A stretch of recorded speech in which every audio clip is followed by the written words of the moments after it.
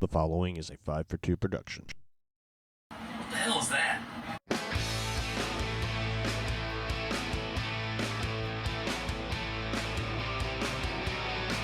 And now, virtually live from somewhere in America, it's the show you love. It's What the Hell Was That?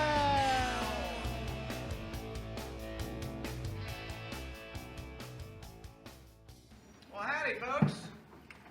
Welcome back to another fantastic episode of What the Hell Was That? Today, we're going to be talking more about rock and roll, celebrity deaths, and rock and roll tragedy. So I will be taking you out to the Randy Rhoads crash site out in Leesburg, Florida, and just basically talking dead celebrities today. So we'll be back with more What the Hell Was That? Howdy, folks, and welcome back to another fantastic episode of What the Hell Was That?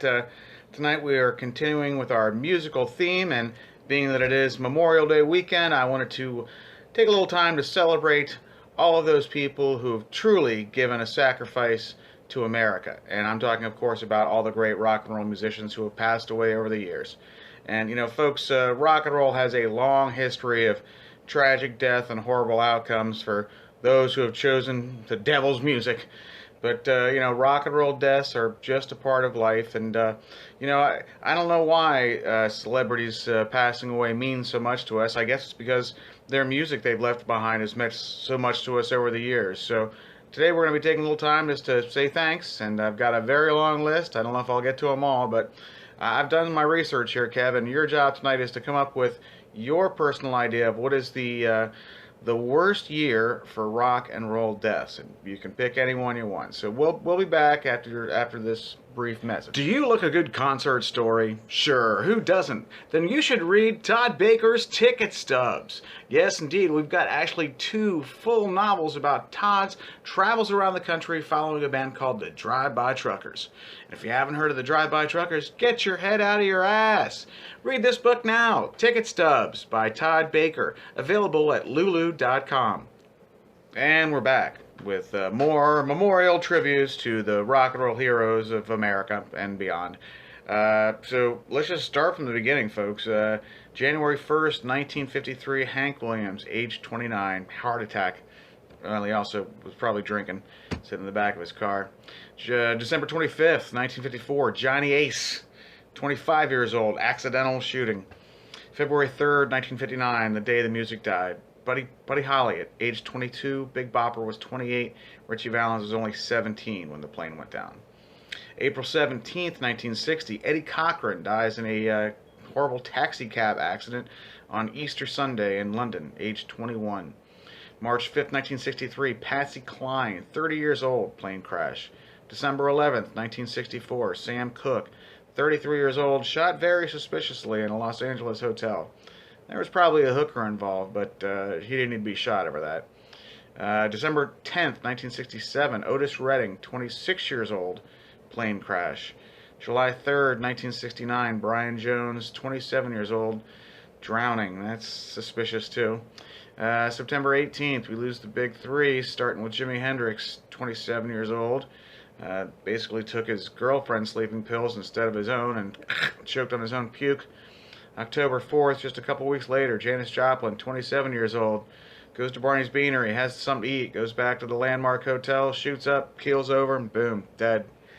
A couple months later, July 3rd, 1971, Jim Morrison, again, age 27. And no one really knows what happened with Jim, but more than likely there was probably some heroin involved. Probably the same shit that killed Janis. Let's see, October 29th, 1971, Dwayne Allman, 24 years old, traffic accident. And oddly enough, just about a year later, November 11th, 1972, Barry Oakley, also original member of the Allman Brothers, 24, traffic accident. March 8th, 1973, Rod Pigpen McKernan, one of the first of the Grateful Dead keyboard players, but not the last one to die, that's for sure. He was only 26 years old, yep, something like that, 26, 27. September 19th, 1973, Graham Parsons, 26 years old, drug overdose, and then had his body stolen and was going to be burned out at the Joshua Tree, but the cops interfered and had to give it back to the family. Weird story on that one.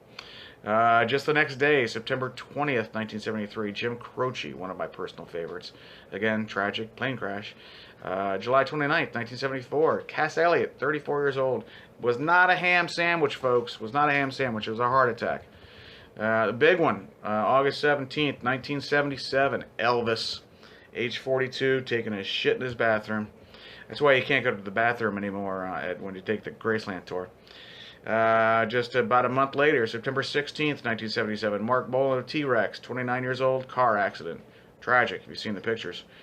Then the big plane crash, October 20th, 1977. We lost 3 members of Leonard Skinner. Ronnie Van Zant, 29 years old, Steve Gaines, 28, and his sister Cassie, 29. 1978, September 7th, Keith Moon, 32 years old, overdose, again choking on his own vomit. December 27th, 1978, Chris Bell from Big Star, another 27 years old, car accident. February 2nd, 79, Sid Vicious, 21 years old, overdose. February 19th, 1980, Bon Scott, 33, alcohol poisoning, died and froze in the back of his car. July 23rd, 1980, Keith Godshaw, the second keyboard player for the Grateful Dead, died at 32, car accident. September 25th, 1980, John Bonham, age 32, again choked on his own puke. December 8th, 1980, John Lennon, 40 years old, shot to death, still tragic. May 11th, 1980, Bob Marley, 36 years old, cancer. Personally, I think it was the government, but that's what it said on Wikipedia. July 16th, 81, Harry Chapin, 38 years old, traffic accident.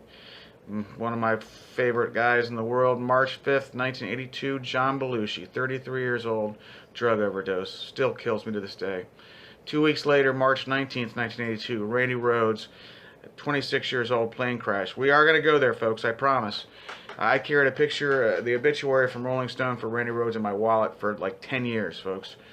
May 8th, 1982. He's not a rock and roller, but he helped. Neil Bogart, 39 years old, creator of Casablanca Records. Without him, Kiss never would have had a record label. Died of cancer. June 16th, 1982. James Honeyman Scott, 25, overdose, drugged. He was a player for Pretenders.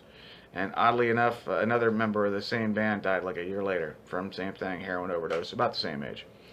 February 4th, 83, Karen Carpenter, 32 years old, heart attack, based on probably her bulimia and, eating problems. December 28th, 83, Dennis Wilson, 39, drowning. And he was the only guy that could surf, for crying out loud.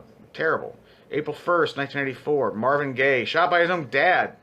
There must have been crack involved, but December 8th, 1984, Razzle from Hanoi Rocks, 24 years old, killed by pretty much Vince Neil in a car accident. December 3rd, 85, Ricky Nelson. I remember this because I was grounded that night and couldn't go out on New Year's Eve. 45 years old, plane crash. And January 4th, 86, Phil Lynott from Thin Lizzy, 36 years old, heart failure, plus he had a bad heroin problem. March 4th, 86, Richard Manuel from the band, 42 years old, hanging. September 27, 86, Cliff Burton, tragic, 26 years old, bus accident. March 10th, 88, Andy Gibb, 30 years old, drug overdose. December 6th, 88, Roy Orbison, 52, heart attack. January 23rd, 1990, Alan Collins from Leonard Skinner, 37 years old, pneumonia, but he was in a wheelchair from a car accident. July 26, 1990, Brett Midland, the third keyboard player for the Grateful Dead, 37 years old, drug overdose. August 27th, 1990, Stevie Ray Vaughan, 35 years old, helicopter accident. January 8th, 1981, Steve Clark from Def Leppard, 30 years old, drug overdose. April 23rd, 1991, Johnny Thunders, 38, from New York Dolls. Drug-related, something happened in New Orleans, we're not quite sure. June 9th, 91, David Ruffins, 50 years old, drug overdose. Mama was a Rolling Stone. November 24th, 1981, doubly sad, Eric Carr, 41, from brain cancer, and Freddie Mercury, 45, who finally admitted he had AIDS the day before he died. December 4th, 1993, Frank Zappa, 52, prostate cancer. April 5th, 1994, Kurt Cobain, 27, suicide. Fuck him. March 26th, 1985, Eazy-E, 30 years old, AIDS. Just goes to show you can get it from fucking women too. August 9th, 1995, Jerry Garcia from the Grateful Dead. I wonder about this one. I'm thinking overdose. October 21st, 1995, Shannon Hood, 28, another overdose. September 13, 96, Tupac Shakur. March 9th, 97, Biggie Smalls. Tupac was 25, Biggie was 24. Both of them were shot. October 12th, 97, John Denver, 53 years old, plane crash, again. October 19th, 1997, Glenn Buxton from the original Alice Cooper Band, 49 years old, pneumonia, but he was a heavy drinker. November 22nd, 97, Michael Hudgens from NXS, 37, suicide, asphyxiation, muticide. January 5th, 1998, Sonny Bono, 62, skiing accident. January 19th, 98, Carl Perkins, 65, throat cancer. Well, he was older. February 6th, 98, Carl Wilson from the Beach Boys, 51, lung cancer. December 10th, 1999, Rick Danko from the band, 56, heart attack.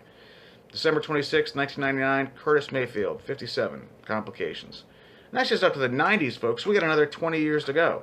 So I'm sorry this is depressing you. Maybe we should put some music behind the back, Kevin. But again, this is the Reverend Todd Baker's Memorial Show. We'll be right back with more. What the hell was that?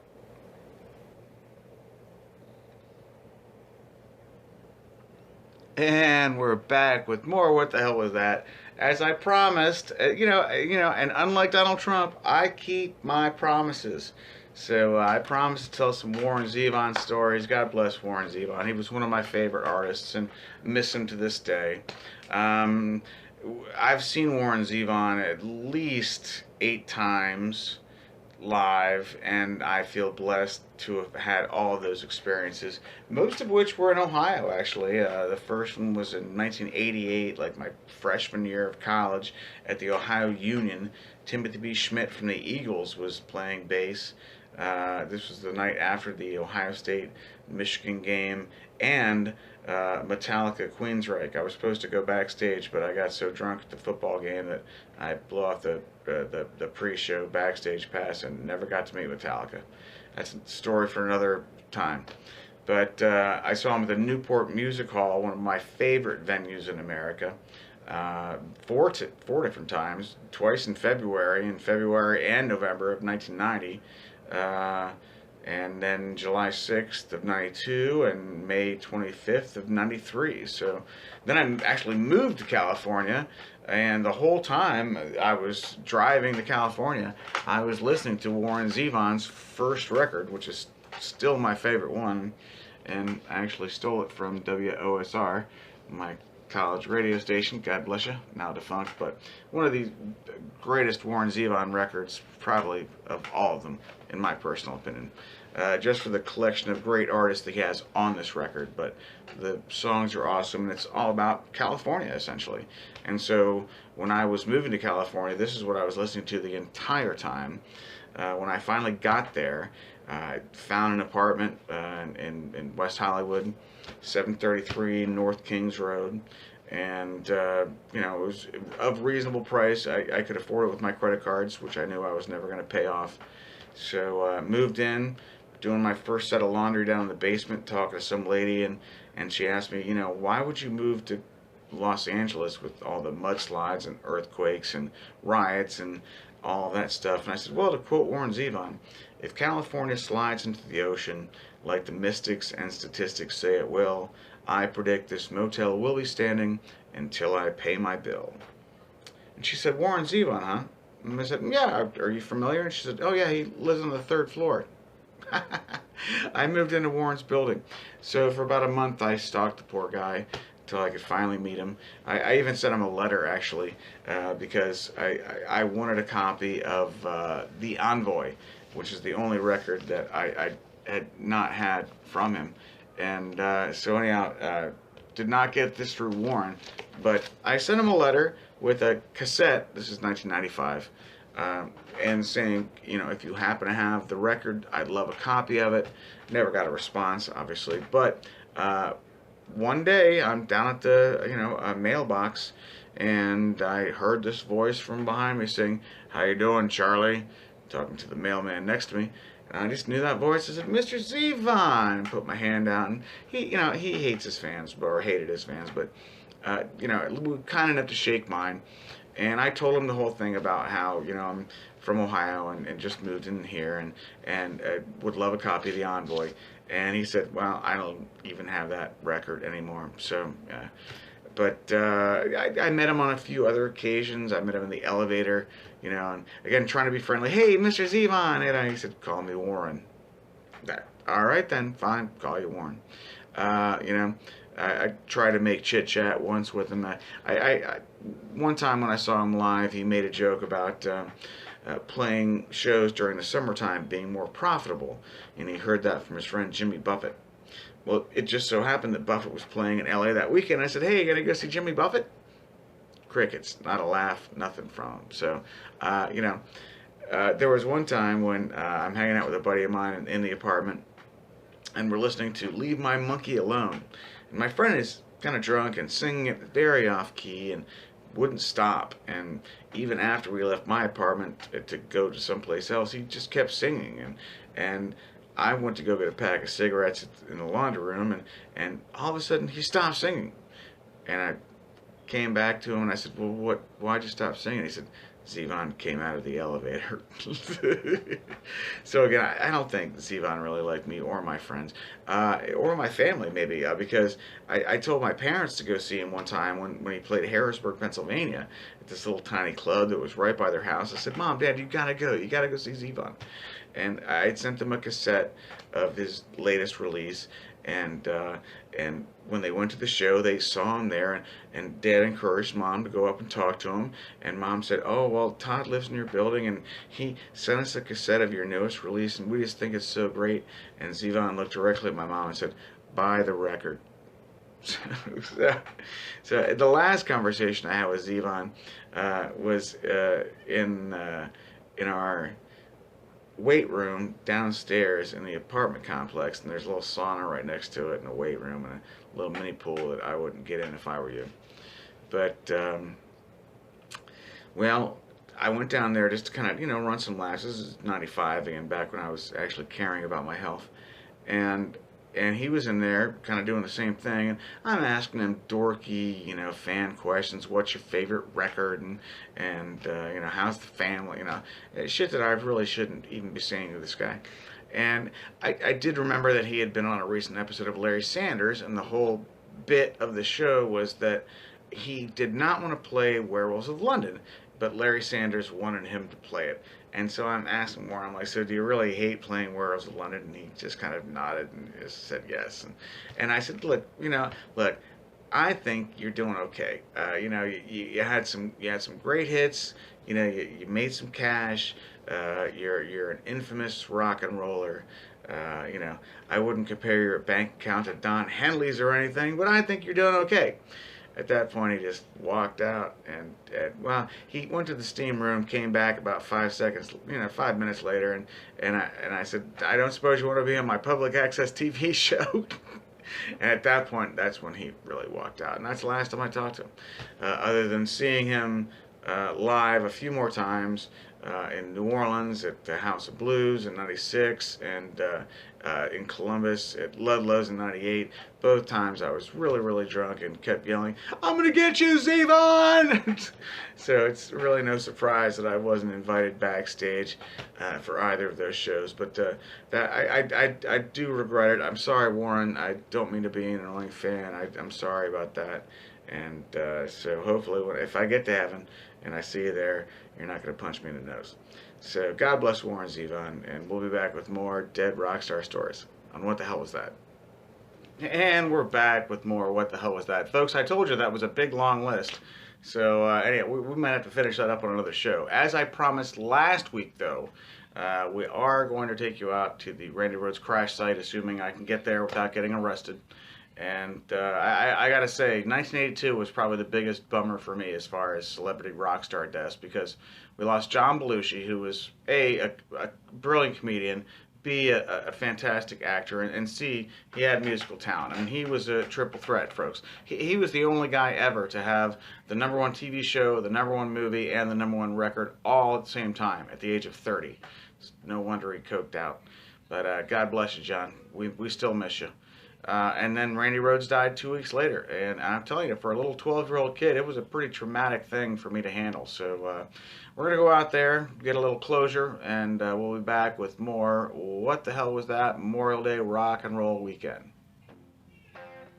Well, folks, we're taking a little drive to go see the Randy Rhoads crash site. And this is one of the problems of driving the village, is people actually taking the 30-mile-an-hour speed limit, literally. Get the fuck out of the way! Well, folks, we are here at the corner of Flatwoods and State Route 44 in Leesburg, Florida. As you can see, it's just your typical run-of-the-mill kind of side highway. Got a Stanley steamer here in the corner. Really, you wouldn't know anything was right down this way. And we'll be showing you a little bit more coming up on What the Hell Was That. If I didn't think drive-by truckers would sue us, I'd have Kevin play Angels and Fuselage through this whole bit. Alright, now there are two possible entrances to the home. One is a gated area saying no trespassing. The other says no trespassing, but as long as you're willing to cross over an airstrip, you can get to the house. So we'll be back with more fun. So we can take the right at Castine and go to the guest house. Then you have to cross the airstrip from there, or we can go a little further and see if we can get to the main gate. Let's give it a shot. This is our other option, which will take us directly to the home with the gate. So we can give it a shot. Well, this is the end of the official road. And as you can see, it does say no trespassing. No hablo inglés. It's like they were expecting me. The gate is actually open. Well, let's give it a shot. Well, folks, we'll see how long this lasts. I'm actually on the property where the plane crash went down. That's the tree right over there that the plane hit. Gate was open. I'm going to go knock on the door, see what happens. So we'll be right back with more What the Hell Was That? Okay, I'm totally trespassing at this point, but I gotta show you this. I'm in a plane hangar next to the house. The house is huge. I'm getting scared. I'm gonna go ring the doorbell just to make sure I don't get shot. Well, that was a blessing. Lovely little Latino lady just pulled up in a golf cart and said, no, house over there. So I was at the wrong mansion. Whew, we'll be right back with more What the Hell Was That? Eureka. We have found the house. Now, whether or not we're supposed to be here or not, we'll find out. Well, folks, here it is. This is where it all went down, literally. That's the tree the plane first hit and then crashed into the garage. I don't know if these statues were here back then or not, but you got a large duck on the front one there. Again, we are totally on private property here. That's the airstrip where the plane would have taken off of. As you can see, they do have planes readily available. I guess the bus driver just decided to borrow one. So yeah, folks, we've made it. The holy ground. Let's take a moment here for Randy. God bless you, buddy. Alright, so my theory is if the plane was right about here, then it hit right over there, hit that tree, and then into the house. That's a pretty long skip at 150 miles an hour. Apparently, there were marks in the windshield where their heads hit before the plane actually hit the house, so it wasn't a pretty way to go. Well, folks, unlike Donald Trump, I keep my promises. So here's the Randy Rhoads house where the plane crash went down. We'll be back with more musical history on What the Hell Was That? Well, I think that worked out well. We got to see the house, got to see a little more than that, and haven't gotten arrested yet. So we'll be back with more fun on What the Hell Was That? So I never saw Leonard Skinner, but I sure saw Ozzy Osbourne. Randy Rhoads in '82, right before that plane crash. And we're back with more rock and roll Memorial Day tributes. This probably won't even make the show. It might make a summer best of clip or something. So we were up to about 2011, I think, when we last spoke. So January 6th, 2011, Gary Moore from Thin Lizzy, 58, heart attack. March 8th, Mike Starr, 44 years old, from Alice in Chains. I think Kevin dated his girlfriend. Drug overdose. You probably saw him on one of those reality drug shows.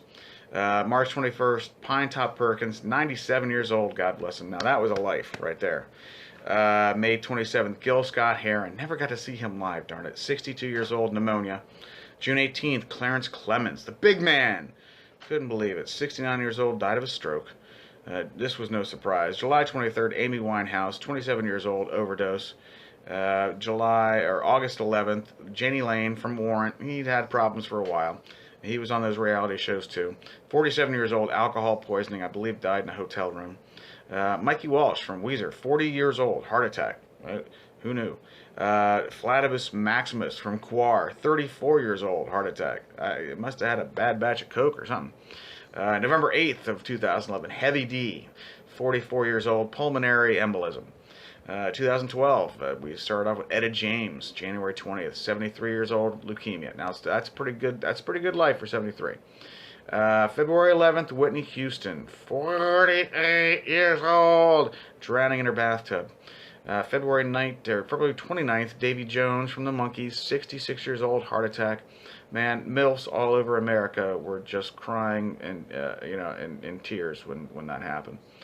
March 3rd, Ronnie Montrose, 64 years old, suicide. April 18th, Dick Clark, 82 years old, guy had cancer. April 19th, Levon Helm from the band, 81 years old, cancer. May 4th, Adam Yauch, 47 years old, cancer. May 13th, Donald Duck Dunn from the Blues Brothers Band, 70 years old. May 17th, Donna Summer, 63, lung cancer. May 20th, Robin Gibb, another damn, what's the name of the band? Bee Gees, thank you.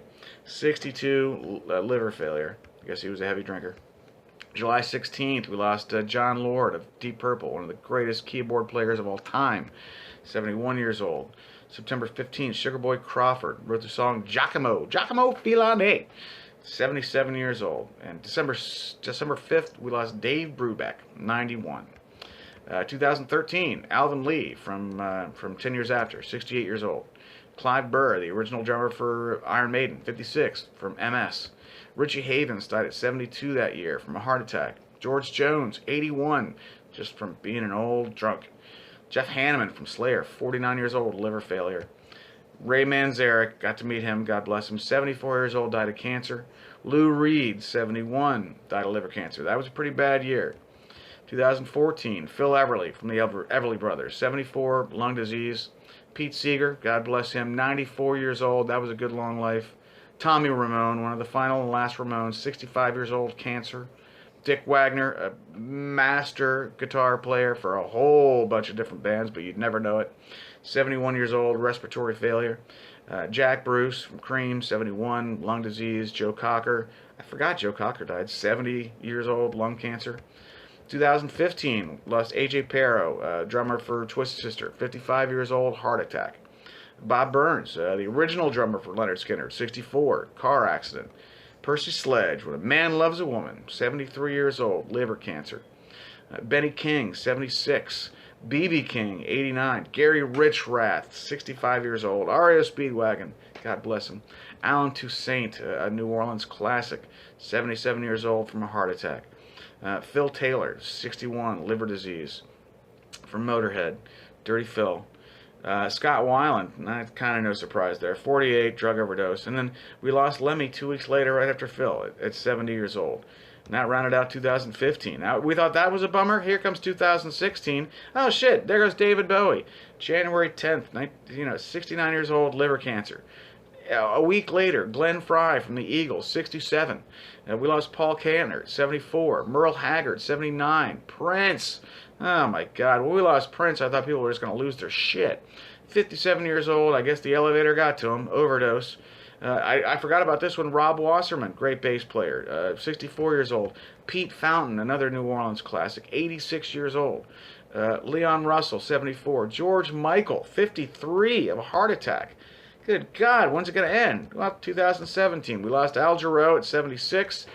Chuck Berry at 90. Good God. Jay Giles at 71. Chris Cornell killed himself at 52. Glenn Campbell at 81. A guy had Alzheimer's. Walter Becker from Steely Dan, 67. Esophageal cancer. Tom Petty, that was a real kick to the nuts. 66 years old, cardiac arrest, but fentanyl was involved. Fats Domino, 89. We thought we lost him in Katrina, but, you know, he hung on a few more years. Malcolm Young from AC/DC, 64 years old, dementia. And David Cassidy, another 70s teenage heartthrob at 67. Hits keep going, folks. 2018, Charles Neville, 79 years old, the Neville brothers. Then we had Vinnie Paul Abbott, 54, heart attack, Pantera. Joined his brother up in heaven. Aretha Franklin, that was a tough one, 76, pancreatic cancer. Ed King, another original member of Skinner, 68, lung cancer. Marty Ballin from Jefferson Starship and Airplane, 76. Peter Tork, another member of the Monkees, 77, cancer. This is 2019. Hal Blaine from the Wrecking Crew, 90. God bless him, natural causes. Dick Dale, 81, king of surf guitar, heart failure. Doris Day, 97, pneumonia. Eric Moore from the Gods, 67, bladder cancer. And just a day later, Terry Evans from the Gods, 55. Leon Redbone, 69, dementia. Dr. John, 77, heart attack. Dave Bartholomew, 100, heart attack. Eddie Money, 70, cancer. Rick Ocasek, 75, cardiovascular disease. Ginger Baker, heart problems at 80. And then this last year, well, we had Little Richard last week, God bless him, 87 years old, bone cancer. John Prine at 73, complications to COVID. And finally, and not last, Neil Peart from Rush, 67 years old from brain cancer. We love you all, guys. We miss you all, and your music is your gift to us. So thank you for your gift, and we will always remember you from Memorial Day through the rest of the year. God bless y'all.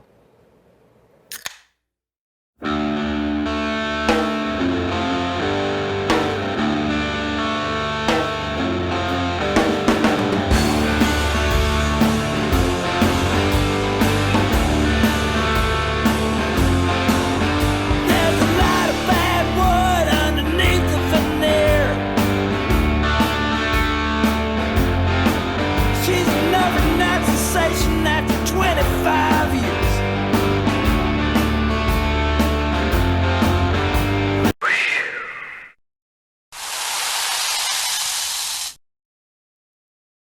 We'll be back with more. What the hell was that? I don't think he had it on. It's still recording. Rocky, stop eating grass.